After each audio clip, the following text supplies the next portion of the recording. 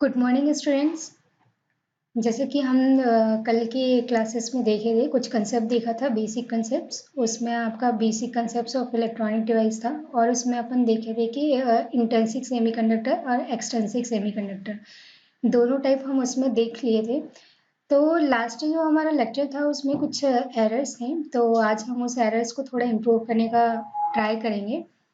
देखिए, बहुत सारे स्टूडेंट्स मेरे से पूछ रहे थे कि मैडम सेमीकंडक्टर के स्टडी के लिए क्या पूरा पीरियोडिक टेबल की स्टडी करने की नीड है? ऐसा बिल्कुल नहीं है। आपको पीरियोडिक टेबल में सिर्फ 3 ग्रुप का ध्यान रखना है। आपका third group, fourth group and fifth group.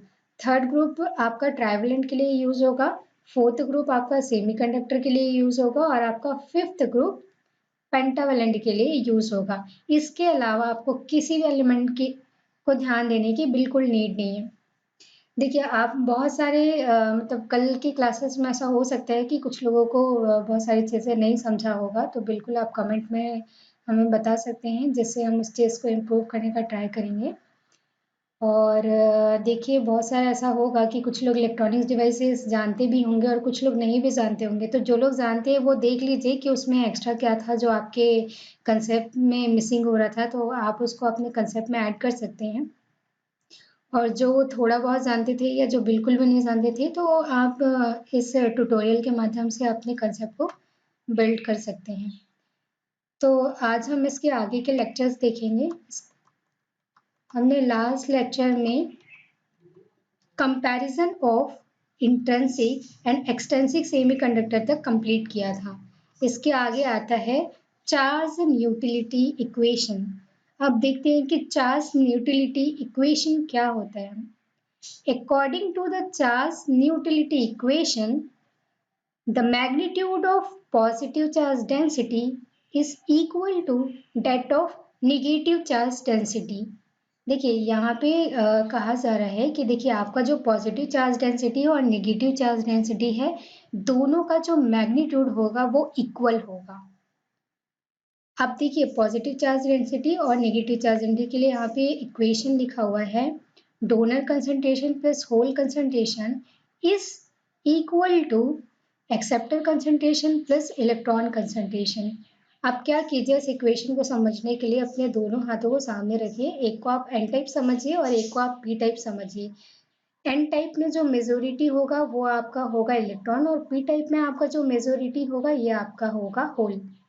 तो आप क्या कीजिए, दोनों अपने हाथों में कंसंट्रेशन जो डेंसिटी है उसको इक्वल करने के लिए क्या करना पड़ेगा, दोनों में जो मेजोरिटी होगा वो ज़्यादा होगा एज कम्पेयर टू माइनॉरिटी। तो आप जो है उसका अमाउंट आप फिक्स कर लीजिए और उसको ट्राई कीजिए कि इक्वल करने का। देखिए, ये जो हमारा इक्वेशन है ये इक्वल होगा 0 डिग्री केल्विन पे। जैसे जैसे आप टेम्परेचर इंक्रीज करेंगे या टेम्परेचर में आप कुछ भी चेंजेस करेंगे, so this equation is not valid for increasing और डिक्रीजिंग टेम्परेचर।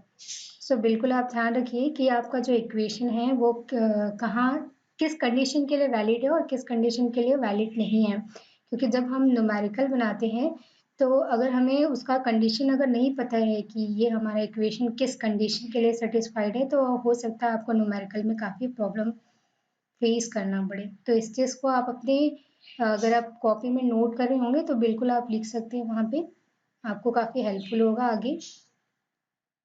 हमारा सेकंड टॉपिक आता है mass action law. Mass action law is used for finding the minority charge career concentration. देखिए, मास एक्शन लॉ में क्या कहा जा रहा है कि मास एक्शन लॉ क्यों क्यों यूज़ किया जाता है। ये इसलिए यूज़ किया जाता है कि किसी भी सेमीकंडक्टर में, चाहे आपका सेमीकंडक्टर एन टाइप का हो या पी टाइप का हो, उसमें आप माइनॉरिटी चार्ज कैरियर को फाइंड आउट कर सके। यहाँ पे इक्वेशन लिखा हुआ है, देखिए आपने पहले भी बताया था कि सबस्क्रिप्ट में जो भी सिंबल लिखा हुआ है आपका सेमीकंडक्टर उस टाइप का है। यहाँ पे देखिए सबस्क्रिप्ट में आपको एन दिख रहा है तो हमारा सेमीकंडक्टर एन टाइप का है। यहाँ पे देखिए आपका सबस्क्रिप्ट में एन है तो हमारा सेमीकंडक्टर एन टाइप का है। देखिए यहाँ पे क्या लिखा है, एन इंटू एन, तो ये एन टाइप में न्यूट्रॉन्स की बात हो रही है। यहाँ पे पी ऑफ एन, तो एन टाइप में आपका होल्स की बात हो रही है। एन टाइप में जो आपका न्यूट्रॉन होता है वो मेजॉरिटी चार्ज कैरियर होता है, एंड एन टाइप में अगर होल की बात करें तो ये आपका माइनॉरिटी चार्ज कैरियर होता है। Equals to n i square. हम ये भी देख लेते हैं कि एन आई स्क्वायर कहाँ से आया। देखो हमने स्टार्टिंग के लेक्चर में बताया था कि एन आई स्क्वायर कहाँ से आया था। N is equal to p is equal to n i at a 0 degree Kelvin. 0 degree Kelvin पे क्या होता है कि जो हमारा हमारा इलेक्ट्रॉन है, हमारा होल है, वो इंट्रिंसिक कैरियर कंसंट्रेशन के इक्वल होता है। तो यहाँ पे देखिए ये भी 0 डिग्री केल्विन पे ही वर्क हो रहा है। तो देखिए n इंटू पी, एन भी आपका एन आई था, पी भी आपका एन आई था, दोनों मिलके बन गया एन आई स्क्वायर। तो आप यहाँ पे आपको करना क्या है, मास एक्शन लॉ में आपको करना क्या है, आपको minority charge carrier find out करना है। तो minority charge carrier find out करने के लिए n i square divide by majority charge carrier. बिल्कुल जिस तरीके से हम यहाँ पे एन टाइप के लिए फाइंड आउट किए हैं वैसे ही हम पी टाइप के लिए भी फाइंड आउट कर सकते हैं। तो पी टाइप के लिए मेजोरिटी होगा आपका होल कंसंट्रेशन, तो आप इंट्रिंसिक कंसंट्रेशन का square divide by hole concentration. देखिए यहाँ पे 4 पॉइंट्स लिखा हुआ है कि किस सिंबल्स को क्या पढ़ते हैं, तो आप यहाँ पे देख लीजिए पूरा लिखा हुआ है, आप चाहे तो अपनी कॉपी में भी नोट डाउन कर सकते हैं। अगर यहाँ तक आपको कुछ डाउट है तो बिल्कुल बता सकते हैं। मास एक्शन लॉ के लिए हम आगे कुछ एग्जांपल्स देखेंगे। देखिए जितने भी फॉर्मूलेस हमारे पास आ रहे हैं हम उसको एग्जांपल के थ्रू देखेंगे, जिससे क्या होगा कि हमारी प्रैक्टिस भी अच्छी हो जाएगी और किसी भी फॉर्मूले को क्वेश्चन में कैसे अप्लाई करते हैं हम वो भी देख लेंगे। हो गया यहाँ तक, आगे देखते हैं। Our next topic is drift current density and conductivity। हमारा नेक्स्ट टॉपिक है drift current density and conductivity. देखिए किसी भी सेमीकंडक्टर में इलेक्ट्रॉन जो है वो 2 रीजन से फ्लो होते हैं।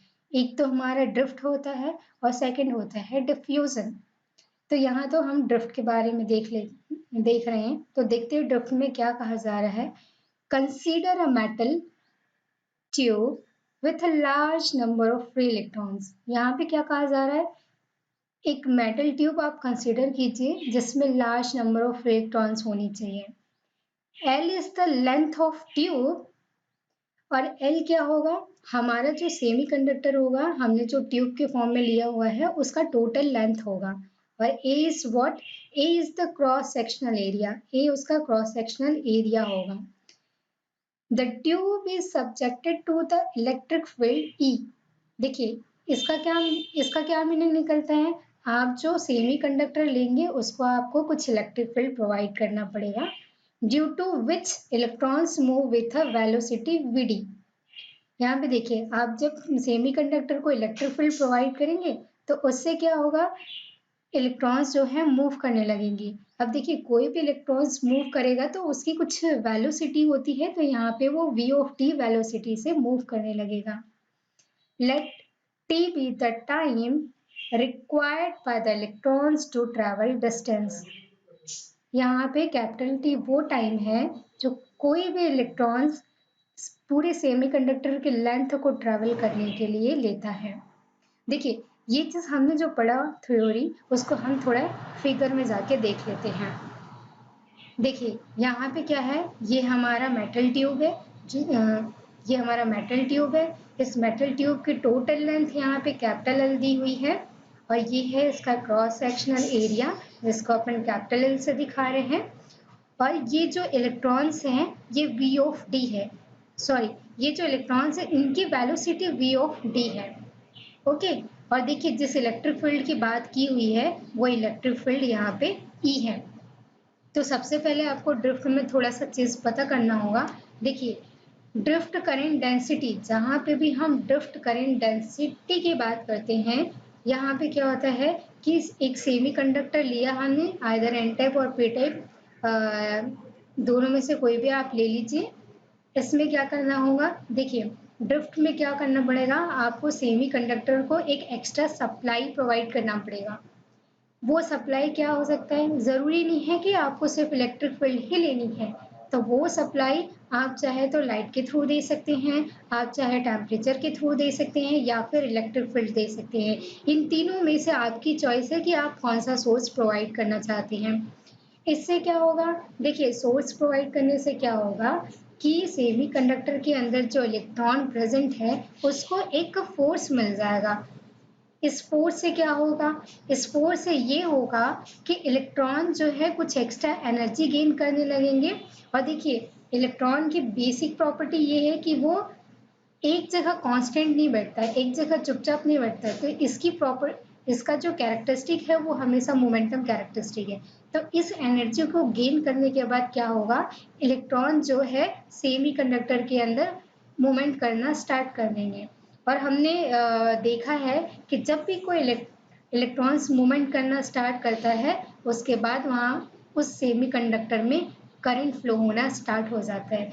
तो यहाँ पे सप्लाई की वजह से करंट मूवमेंट, इलेक्ट्रॉन्स मूवमेंट हुए, इलेक्ट्रॉन के मूवमेंट से जो करंट फ्लो हुआ वही उसी करंट को यहाँ पे ड्रिफ्ट करंट डेंसिटी कहा जा रहा। ये हमने फिगर में देख लिया थोड़ा। अब थोड़ा सा डेरिवेशन पोर्शन में आते हैं। देखिए एवरेज ड्रिफ्ट वेलोसिटी यहाँ पे लिखा हुआ है, average drift velocity v of t। हम जानते हैं कि वेलोसिटी क्या होता है, डिस्टेंस अपॉन टाइम। यहाँ पे जो हमें कैपिटल एन दिख रहा है, ये कैपिटल एन क्या है, the number of free electrons present in the semiconductor. और T is what, T T वो टाइम है जो कोई भी इलेक्ट्रॉन सेमीकंडक्टर के अंदर ट्रैवल करने के लिए लेते हैं। स्मॉल क्यू क्या है, देख ले स्मॉल क्यू क्या है, small q is the charge of electrons and the charge of electrons is equals to 1.6 into 10 to the power minus 19 coulomb. ये तो एक इलेक्ट्रॉन के सिंगल चार्ज है। अगर हम टोटल चार्ज की बात करेंगे तो कैसा होगा, एक सेमीकंडक्टर के अंदर हमें टोटल चार्ज की बात करनी है तो वो टोटल चार्ज कैसा होगा, capital Q is equals to capital N into q, number of free electrons into charge, ये आपका टोटल चार्ज हो जाएगा।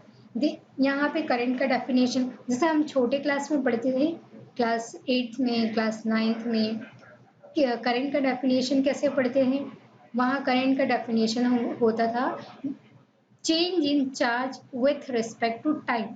तो देखिए change in charge with respect to time किसके लिए लेगा, एकदम स्मॉल करंट के लिए लिया जाता था, लेकिन हमको तो एक सेमी कंडक्टर का टोटल करंट फाइंड आउट करना है। सो यहाँ पे अपन total charge divide by total time लिए। देखिए क्यू को आपने रिप्लेस कर दिया किससे, N Q divide by T. अगर आपको करंट डेंसिटी निकालनी है तो देखिए करंट डेंसिटी निकालना है तो करंट डेंसिटी क्या होता है, करंट पर यूनिट एरिया, है ना। तो देखिए अब इस हमारा जो डेरिवेशन है थोड़ा सा इसको मॉडिफाई करने की कोशिश कर रहे हैं। बिल्कुल आप डेरिवेशन से डरिए नहीं, ये बहुत सिंपल डेरिवेशन है। काम कीजिए, आप थोड़ा कॉपी पेन लीजिए और मेरे साथ साथ इसको डिराइव करने की कोशिश कीजिए। इससे क्या होगा कि आपको काफ़ी इजी फील होगा। एक से दो बार प्रैक्टिस करेंगे तो ये आपसे खुद से बनने लग जाएगा। देखिए डेरिवेशन में सबसे इम्पोर्टेंट चीज़ होता है उसका फिगर हमको क्या इन्फॉर्मेशन दे रहा है। तो सबसे पहले फिगर की इन्फॉर्मेशन को आपको समझना पड़ेगा। तो ये फिगर काफ़ी सिंपल है और काफ़ी सिंपल इन्फॉर्मेशन दे रहा है। तो इसके आगे का डेरिवेशन अगर हम देखेंगे तो v of d is equals to l by t, तो मुझे चाहिए 1/t लेने के लिए l को मुझको शिफ्ट करना पड़ेगा, शिफ्ट कर दिया।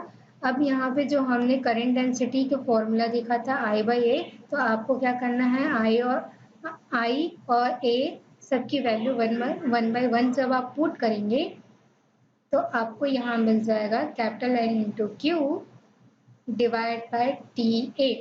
इसको थोड़ा सा और मॉडिफाई करेंगे, 1/t की वैल्यू यहाँ पुटअप करेंगे तो 1/t की वैल्यू पुटअप करने से आपको यहाँ पे मिला है capital N into small q into v of t divide by LA।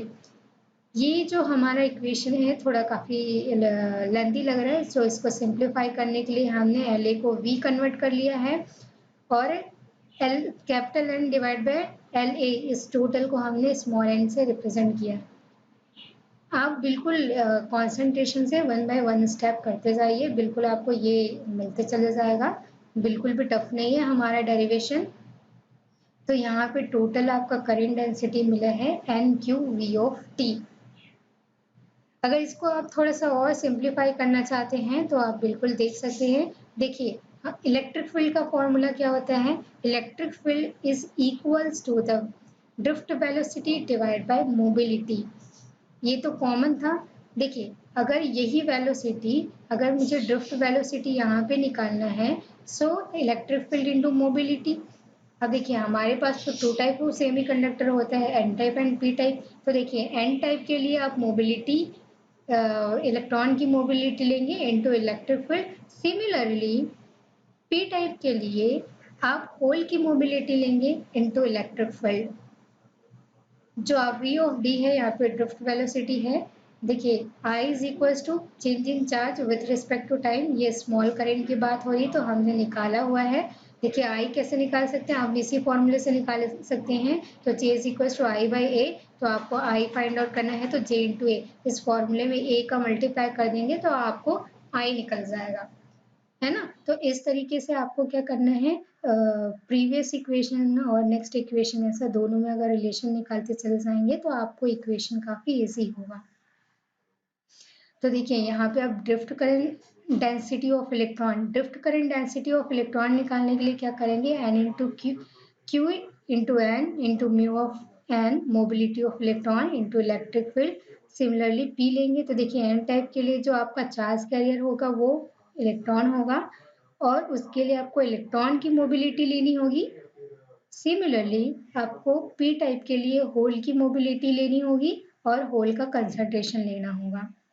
तो देखिए किसी भी सेमीकंडक्टर के अंदर टू टाइप्स ऑफ करंट होते हैं, एक होता है इलेक्ट्रॉन करंट और दूसरा होता है होल करंट।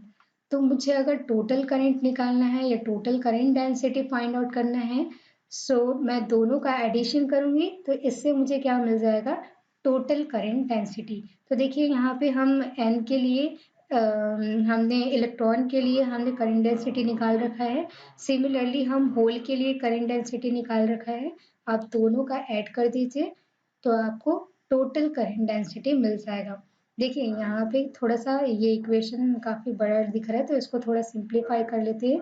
देखिए दोनों में चार्ज जो है वो कॉमन है तो आप चार्ज को कॉमन निकाल लिए और सिमिलरली यहाँ पे इलेक्ट्रिक फील्ड भी कॉमन है तो आप इलेक्ट्रिक फील्ड को कॉमन निकालिए। तो देखिए आपका इक्वेशन काफी सुंदर दिख रहा है, छोटा भी दिख रहा है। J is equals to current density is equals to charge into electron charge, electron की चार्ज डेंसिटी इंटू इलेक्ट्रॉन की मोबिलिटी प्लस होल की चार्ज डेंसिटी इंटू होल की मोबिलिटी इंटू इलेक्ट्रिक फील्ड। देखिए जितने भी नए नए फॉर्मूले आ रहे हैं तो उसको आप क्या कर सकते हैं, अलग से प्लेन पेपर पे सिर्फ फॉर्मूला नोट कर सकते हैं। देखिए किसी भी फॉर्मूला को अगर आप नोट करते हैं तो वो कहाँ से आया है आपको उसका बेसिक कंसेप्ट पता होना चाहिए, ठीक है। तो देखते हैं। तो देखिए आज जितना डेरिवेशन बताया है, दो तीन कंसेप्ट बताए हैं, आप भी इसकी प्रैक्टिस कीजिए अच्छे से। अगर इसमें आपको किसी भी प्रकार का कोई डाउट है तो बिल्कुल हमें कमेंट करके बताइए, आगे का सेशन हम कल देखेंगे। Thank you very much.